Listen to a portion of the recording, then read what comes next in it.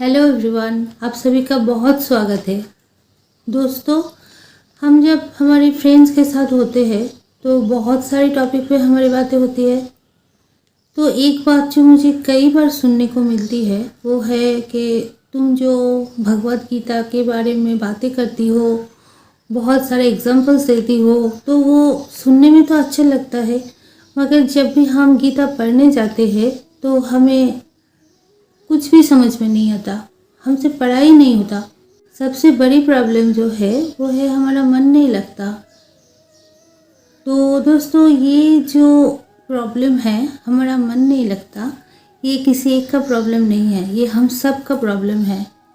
और तो और अर्जुन ने भी भगवान से यही कहा कि केशव, आप जो मुझे योग के बारे में बता रहे हो वो मेरे चंचल मन के कारण मैं देख नहीं पा रहा हूँ, तो क्या करे। भगवान तो सर्वज्ञ है, भगवान को सब पता है कि अर्जुन जो बोल रहा है वो सही है। तब भगवान ने इसका उत्तर दिया।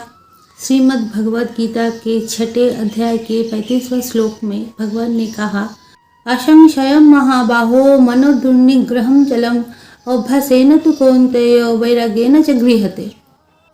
अर्थात, हे कौन्तेय, निश्चित ही इस मन को नियंत्रण करना कठिन है, पर अभ्यास और वैराग्य के द्वारा इसको हम वश में कर सकते हैं। चलिए इसको थोड़ा सा गहराई से समझते हैं। अभ्यास क्या है? Practice, practice and more practice. चलिए एक एग्जांपल से समझते हैं कि अगर हम नियम बना ले कि हमें दिन के किसी भी समय कुछ अच्छा पढ़ना है, भगवत गीता या श्री रामचरितमानस या श्रीमद् भागवतम का कुछ श्लोक हमें पाठ करना है।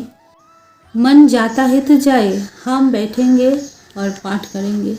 कुछ दिनों के बाद हमारे मन को भी ये हैबिट हो जाएगा। अब वैराग्य का मतलब समझते हैं। वैराग्य का मतलब संन्यास लेके हिमालय पे चले जाना ही नहीं है, ये संसार का त्याग करना नहीं है, बल्कि संसार में रह के हमें ये ज्ञात हो जाना कि ये सब कुछ टेम्पररी है। और मन ही मन में जब हमारा अटैचमेंट कम होती जाती है और भगवान में हमारा मन जुड़ जाता है, तो उसी का नाम वैराग्य है। तो अनुशासन और वैराग्य के द्वारा हमारे मन को नियंत्रण करना संभव है। चलिए दोस्तों, आज इतना ही, फिर मिलेंगे। हरे कृष्णा।